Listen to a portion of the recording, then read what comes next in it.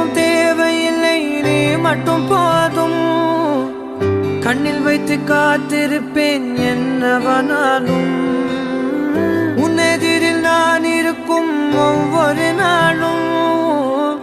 உச்சி முதல் பாதம் வரை வீசுது வாசம். தினமும் 1000 முறை பார்த்து முடித்தாலும் இன்னும் பார்த்திட சொல்லி பழுமனம் ஏன்?